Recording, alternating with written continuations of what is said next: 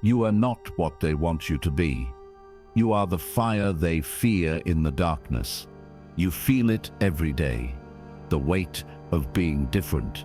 You carry ideas that flare against the damp walls of conformity. Your mind is restless, a spark in a forest of wet wood, and the world does not understand. They call you strange, unpredictable, dangerous. Every time you try to speak, to share your vision, they look away, uncomfortable. They do not fear your talent. They fear what your talent exposes, their own smallness, their own limitations. Being creative is not a gift freely celebrated. It is a burden carried silently, a constant test of endurance against the tides of judgment. You have always noticed it.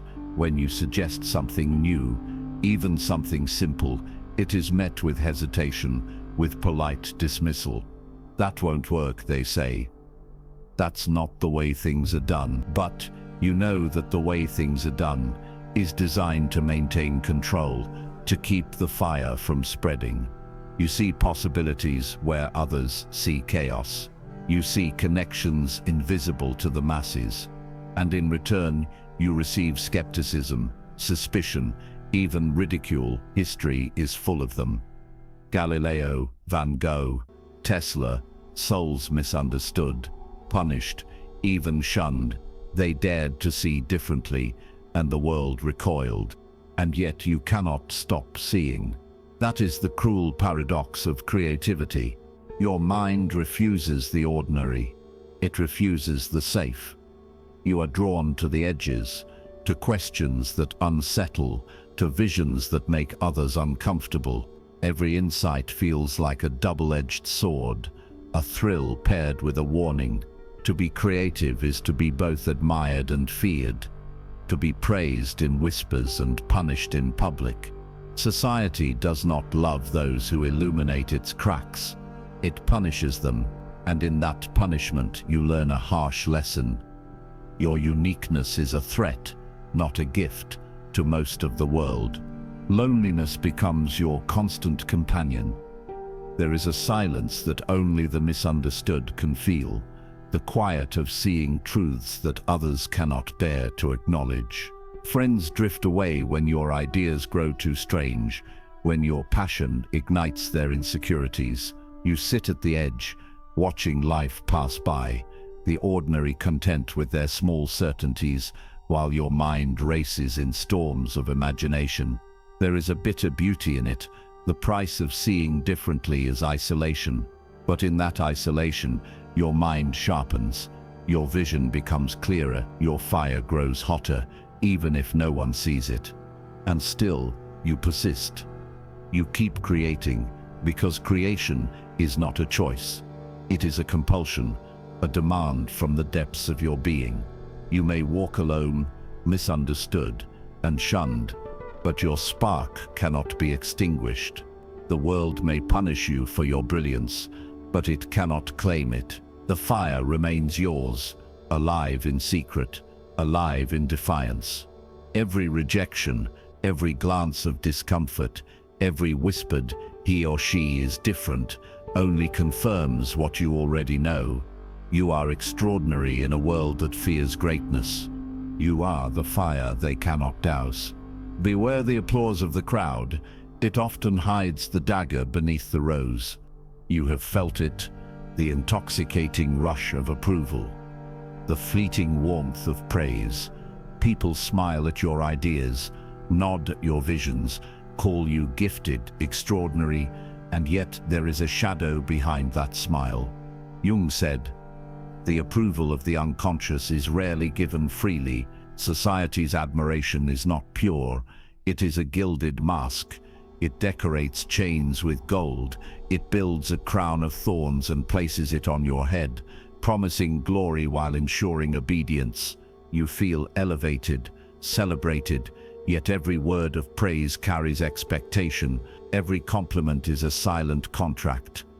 You are appreciated for your usefulness, for the comfort your creativity brings to others, not for your truth, not for the fire that burns within you. You notice it in everyday life. A colleague praises your idea, but subtly insists you stay within their boundaries. A manager applauds your innovation, but immediately imposes limits. Even friends seem supportive, yet their compliments are measured, cautious, as if your brilliance threatens them. Society loves the idea of your creativity more than your reality. They worship the vision that fits their understanding, the spark they can contain. And when you step beyond those lines, when your imagination becomes too wild, too truthful, suddenly the praise stops. Eyes harden, conversations shift. The same people who lauded you now appear wary, skeptical, even hostile. The glitter of approval is never free.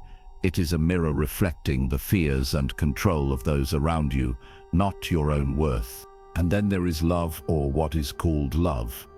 The world tells you that relationships are safe harbors, places of understanding, admiration and support. But for the creative soul, this is often a trap. People are drawn not to your light, but to what it provides them. Inspiration, prestige, attention, novelty. You give, and they take. You share your deepest ideas, your most vulnerable thoughts, and you find envy in return. Colleagues who once admired your innovation may attempt to outshine you. Partners may manipulate or control. Friends may disappear when your fire becomes too intense. This is not hatred. Exactly, it is human fear of the unfamiliar, fear of the uncontrollable. Jung observed that what you resist not only persists, but shapes the world around you. People resist the creative force they cannot master. They cloak their resistance in smiles and affection, and the pain of betrayal becomes a silent teacher, sharpening your awareness. Even comfort itself is deceptive. Society whispers promises of ease, a steady job, recognition for following the rules, approval for playing small. It calls this security, yet beneath that smooth path lie invisible traps. Complacency, stagnation, fear, dressed as safety. Each step you take along this road dims your spark.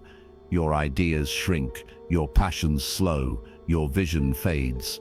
Those who once feared the fire now attempt to smother it with the soft embrace of comfort.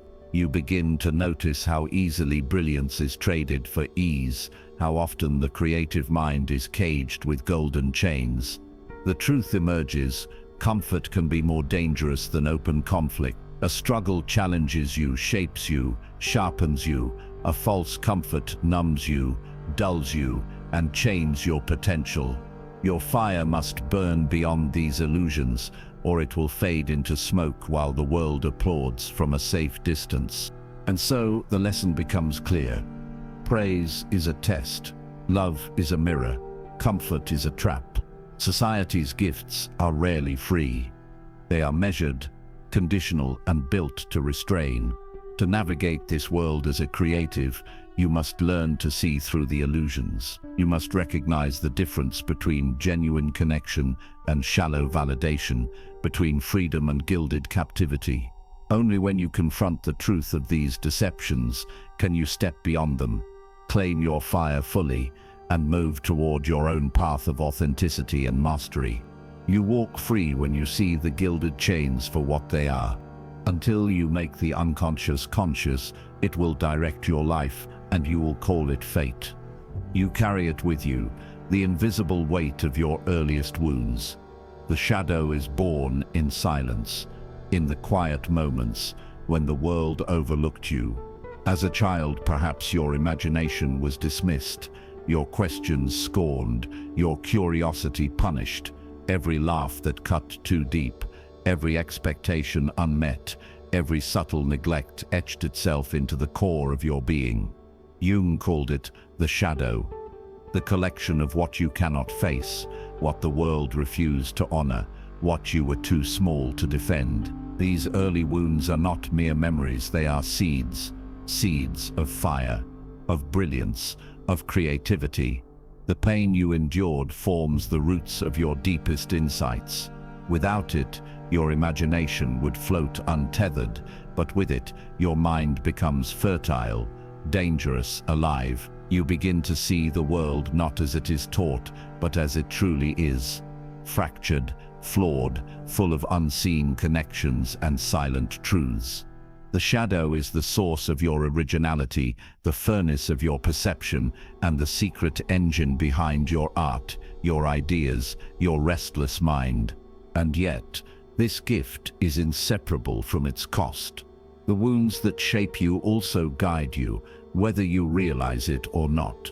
Every choice you make, who you trust, what you pursue, even how you respond to love, is influenced by those early scars. You move through life like a tightrope walker above a roaring fire, each step dictated by the invisible flames beneath. The fear of rejection, the hunger for recognition, the compulsion to prove yourself, all of these arise from unhealed pain. You may chase ideas with feverish passion, yet unconsciously gravitate toward patterns that echo your earliest experiences. Romantic entanglements, friendships, professional challenges, they are mirrors reflecting your shadow. Even when logic suggests one path, the shadow pulls you elsewhere, shaping your destiny with quiet insistence. Every misstep is a reminder that the shadow has been guiding you all along, that the mind cannot escape what it has carried from the beginning. Society does not ease this burden. It magnifies it, often turning your wounds into obstacles rather than catalysts. They mock your sensitivity, belittle your struggles, or insist you conform, all while claiming to offer guidance. Every dismissal reinforces the shadow's grip. Every doubt cast by others deepens its influence. Modern life compounds it. Algorithms, social comparison, constant validation seeking, all of it intensifies the pressure on the creative mind, forcing you to navigate a world that misunderstands your depth. Yet the shadow, oppressive as it feels, is also your companion. It teaches resilience, it forces clarity, it sharpens your insight. The fires that seem designed to burn you instead forge you into someone capable of perceiving truths most will never see. And the more society tries to contain or shame you, the stronger the shadow becomes, demanding recognition, demanding expression, demanding liberation. Your shadow is no enemy.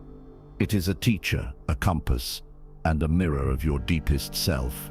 To deny it is to walk blind. To embrace it is to harness a force that can drive creation, understanding, and transformation.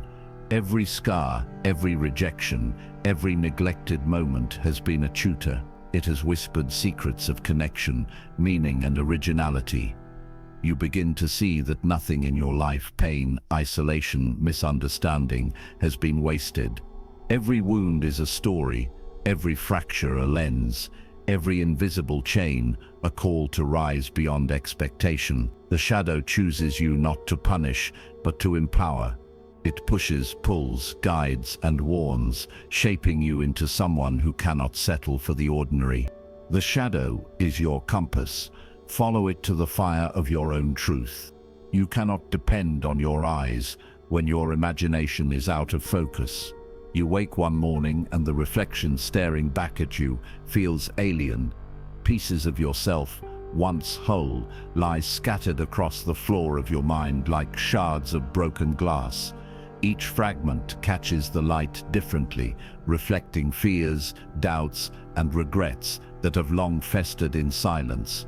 Jung said that the psyche's fragmentation is often the precursor to transformation, yet when you live it, it feels like collapse.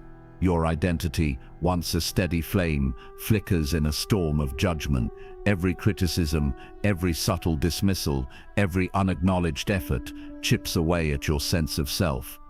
You feel yourself splintering like a map torn into fragments, each piece pointing to different paths, none clear.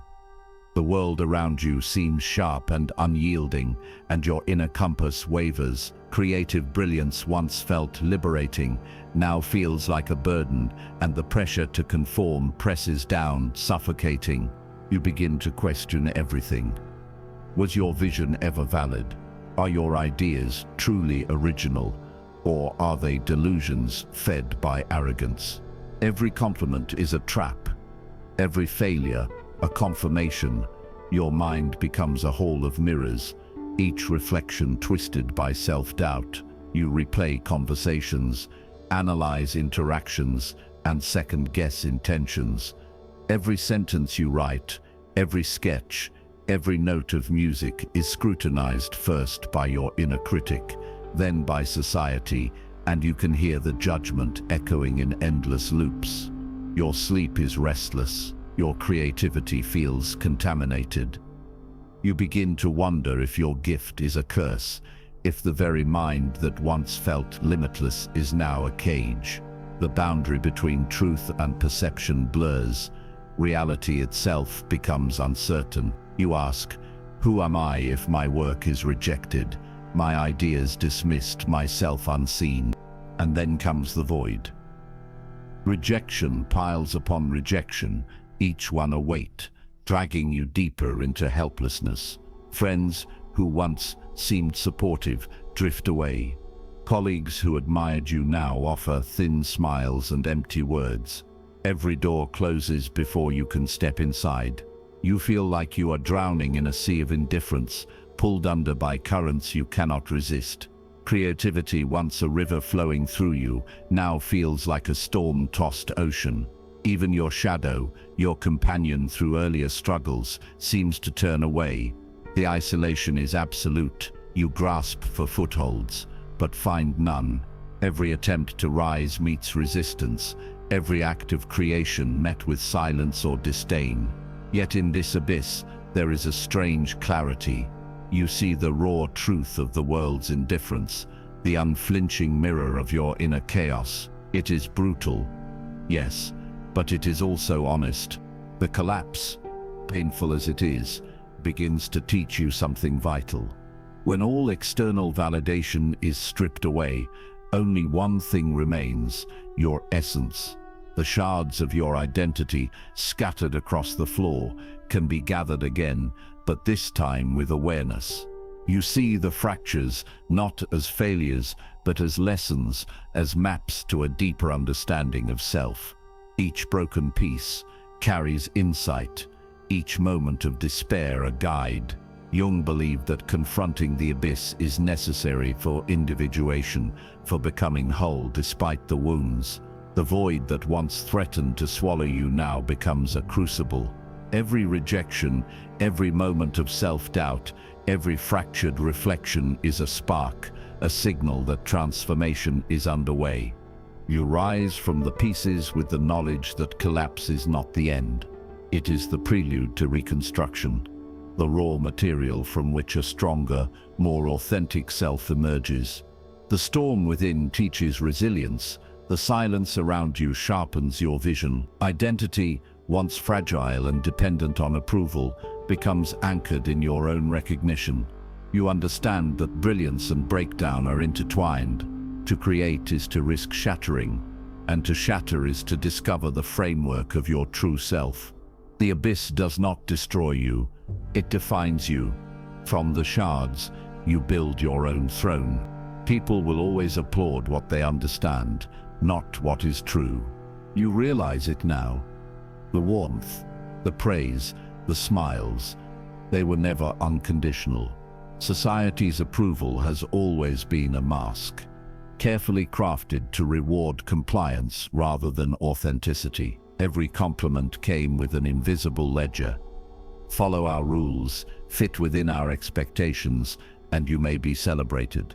Fail or step beyond their comfort, and the smiles vanish, replaced by whispers, doubt, or indifference. Jung said that what we experience as rejection is often a reflection of the unconscious fear of others. The love you once sought, the acceptance you longed for, was transactional. People love the idea of you, the version that aligns with their perception, not the fire burning beneath. You start to see the pattern in every interaction, the cautious praise, selective admiration, the way relationships bend subtly to maintain control. Every handshake, every nod, every word of encouragement carried strings. It was never love. It was an expectation disguised as affection. This revelation is bitter, yes, but liberating. Understanding that the world's embrace was conditional frees you from seeking validation where it cannot exist. And as the mask falls, you begin to see your true desire. Creativity is not meant to serve the shallow approval of the crowd. Your ideas, your vision, your expression exist for one reason: to channel the essence of yourself into the world. Like a river carving its own path through stone, your creativity follows its own inevitable course.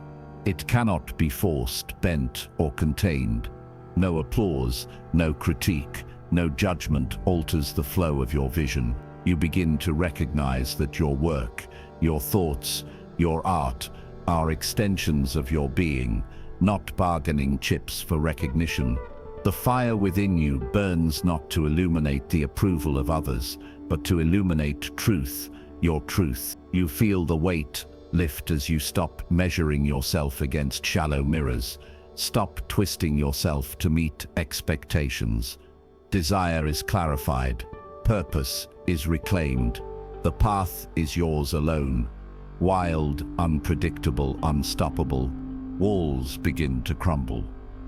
The illusions that once held you captive, the hope that validation could fill the void, the fear that disapproval defines your worth, start to dissolve. You see through the constructed facades of acceptance, the subtle pressures to conform, the patterns designed to limit you.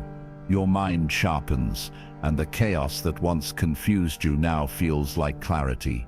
There is a thrill in realizing how free you have been all along, if only you could see. The mental shift is cinematic. The ceilings that seemed low expand into open skies. The chains that bound your will snap into fragments, and the shadows that haunted you reveal themselves as guides rather than jailers. You feel a pulse of empowerment, a surge of possibility. No longer a prisoner of illusions, you can engage with the world on your own terms, guided by authenticity, vision, and self-determined purpose. The truth settles. It was never love that they offered. It was never approval that mattered. What matters is the fire you carry, the river you follow, the self you honor. Liberation begins with seeing the facades for what they are and choosing yourself over the illusions. You are enough when you honor your own fire. Until you confront your shadow, it will control you more than you can imagine. You turn toward it, the darkness within, the part of you that trembles at rejection, that recoils from criticism, that carries the echoes of every wound inflicted by a world that never understood you. Jung called this the shadow, the unconscious reservoir of your fears, desires, and unclaimed power. Most flee from it, afraid of what they will find. You do not. You meet it head-on. You look into the abyss of your own psyche and see the reflection of every insult, every betrayal, every moment of pain. It is not a comfortable gaze. The shadows flicker like storm clouds over your heart, revealing truths you have avoided. And yet, you feel a stirring recognition, acknowledgement awakening. The dark self is not an enemy. It is a guide, a mirror, a teacher. You begin to name the fears, to speak the unspoken thoughts, to accept the parts of yourself that society tried to suppress. Fear becomes understanding.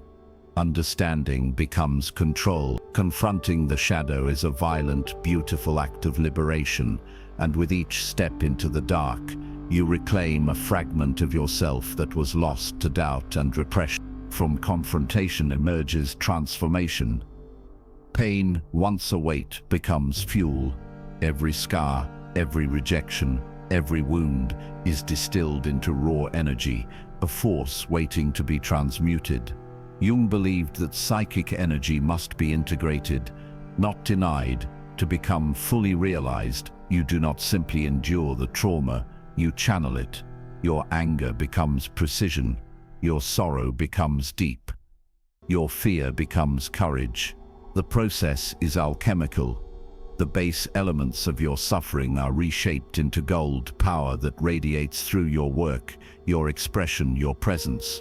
Every idea you create, every decision you make, carries the imprint of your mastery over the self.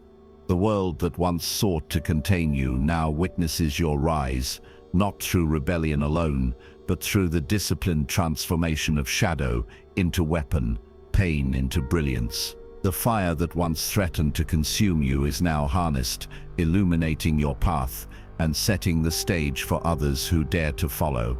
And then comes the throne, the moment when mastery becomes sovereignty. You stand, no longer shackled by expectation, by judgment, by fear of disapproval. The shadow that once lurked behind every step is now beside you, aligned with your will, sharpened into an instrument of clarity and purpose.